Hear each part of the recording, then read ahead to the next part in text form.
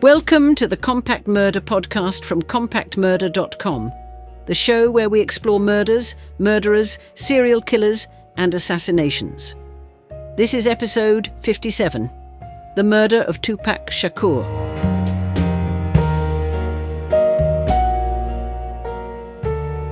Tupac Shakur was more than a rapper. He was a potent voice for a generation, an articulate chronicler of life's harsh realities and artistic aspirations. By mid-1996, his fame was soaring, especially under Death Row Records and the watchful eye of its co-founder and CEO, Suge Knight. That rise, though meteoric, placed him in a world riven by rivalry, underworld grudges, and gang politics. On the night of the 7th of September 1996, Tupac and Knight attended a boxing match between Mike Tyson and Bruce Seldon at the MGM Grand in Las Vegas. In the hotel lobby afterwards, a member of their entourage spotted Orlando Anderson, a member of the Southside Compton Crips gang, who, according to reports, had allegedly attempted to rob someone associated with Death Row earlier that year. The encounter ended in a beating of Anderson by Tupac and others, recorded on hotel surveillance. After the fight and the altercation, Tupac and Knight left the hotel in a black BMW, heading to a club owned by Death Row for an upcoming show. At approximately 11:15 p.m. Pacific Time, the BMW came to a red light at the intersection of East Flamingo Road and Koval Lane, a standard Las Vegas night, nothing yet pointing to horror. A white Cadillac pulled up beside them, and suddenly shots rang out. Tupac was struck 4 times, twice in the chest, once in the arm, and once in the thigh. 1 bullet pierced his right lung. Knight was grazed by fragments. Within minutes, the BMW limped away under Knight's driving, eventually stopping for paramedics to transport Tupac and Knight to the hospital. Tupac was placed on life support in intensive care. On the 13th of September, 1996, at 4:03 p.m., he died. The official causes given were respiratory failure and cardiopulmonary arrest resulting from multiple gunshot wounds. He was only 25. The killing immediately triggered intense media coverage, speculation, rumours, and grief. But law enforcement faced major obstacles from the beginning. Witnesses were few, many refused to cooperate, and key members of the entourage either retreated into silence or vanished into danger. One critical figure was Yaki Gaddafi, also known as Yafeu Fula, a rapper in the car behind Tupac that night. He reportedly offered to identify the occupants of the Cadillac. But just 2 months later, Gaddafi himself was shot dead in a separate incident in New Jersey. With that, a potentially pivotal witness vanished.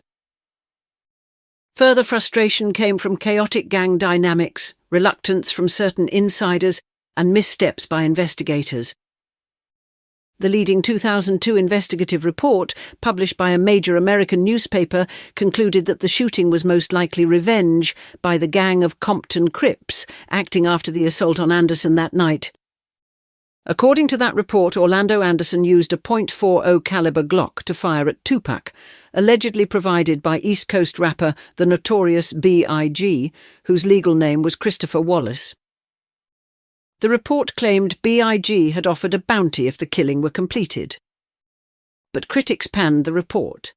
Its evidence depended heavily on unnamed informants, second-hand accounts, and allegations against 2 figures, Anderson and notorious B.I.G., who died within 2 years of Tupac's death.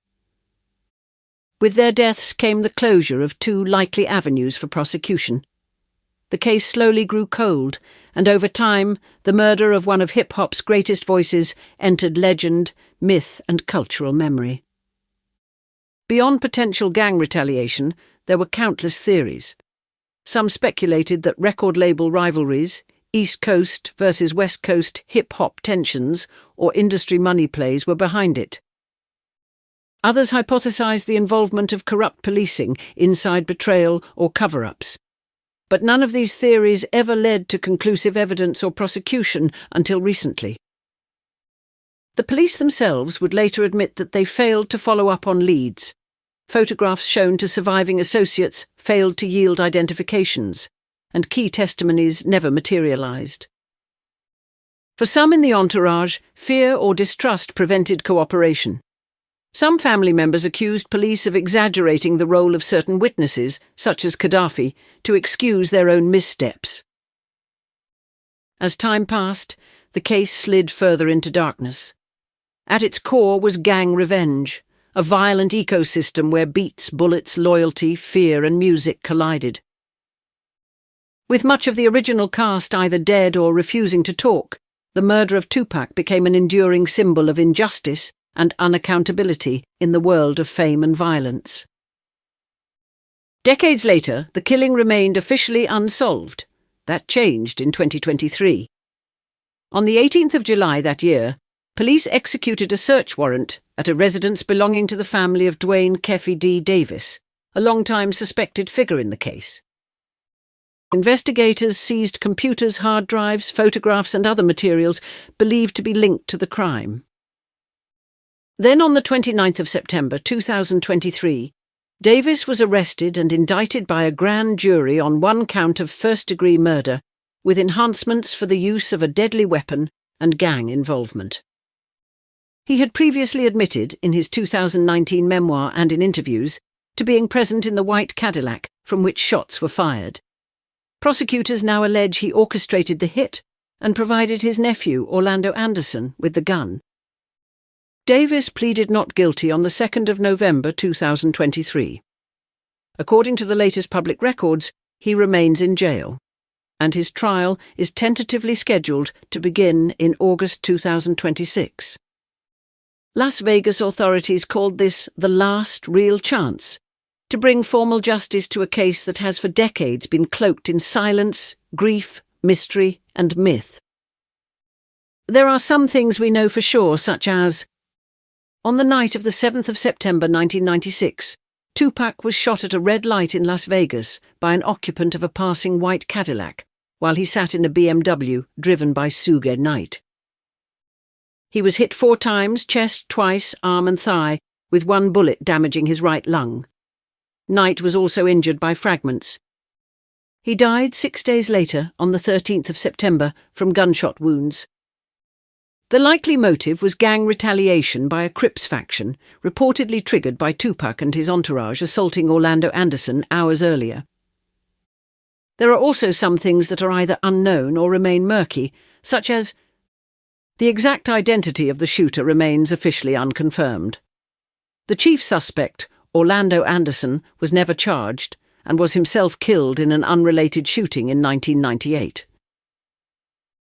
The alleged involvement of the notorious B.I.G. or other music industry figures remains speculative, based primarily on unverified allegations and testimony from anonymous informants. Key witnesses such as Yaki Gaddafi died or declined to cooperate, significantly undermining prosecution efforts.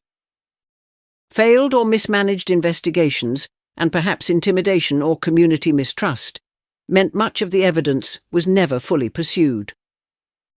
Tupac's murder is more than a crime, it is a symbol. The circumstances around his death underscore dangerous intersections. Between fame and gang violence, between street codes and music industry power, between media sensationalism and systemic neglect. For many fans, communities and artists, his death epitomized the vulnerability of black success in an environment rife with prejudice, rivalry and predation. It is a cautionary tale about ambition, culture and the brutal consequences of unresolved hostility. His music, message and charisma lived on, but his loss left a void that indirectly shaped hip-hop's future. A darker, more aware space that grappled with violence, identity, pain, injustice, and redemption. With the 2023 arrest of Duane Keffe D. Davis, hope flickered that after nearly 3 decades, the weight of silence might finally break. But the legal and evidentiary challenges remained daunting. The murder of Tupac Shakur remains one of the most haunting tragedies in modern music. On a Las Vegas street nearly 30 years ago, a collision of fame, gang rivalry, raw violence, and lost opportunities ended a life and launched a legend. The arrest of Duane Keffe D. Davis has reopened a wound many had assumed would never heal. It offers a slim chance at accountability. But until a court delivers a final verdict, much of what really happened that night remains locked behind closed doors, in rumours and in unanswered questions. Tupac may be gone, but the questions surrounding his death and what they say about the world he inhabited are far from resolved.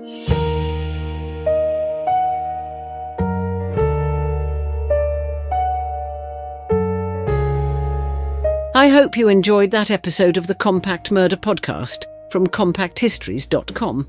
If you did, why not leave us a review wherever you get your podcasts? And while you're there, don't forget to subscribe so you don't miss any future episodes. If you would like to support us more directly, please consider buying us a coffee. Head on over to compacthistories.com/murdercoffee to see how. Also, please check out our other Compact podcasts. You will find them all at compacthistories.com. Thanks for listening. I'll see you next time.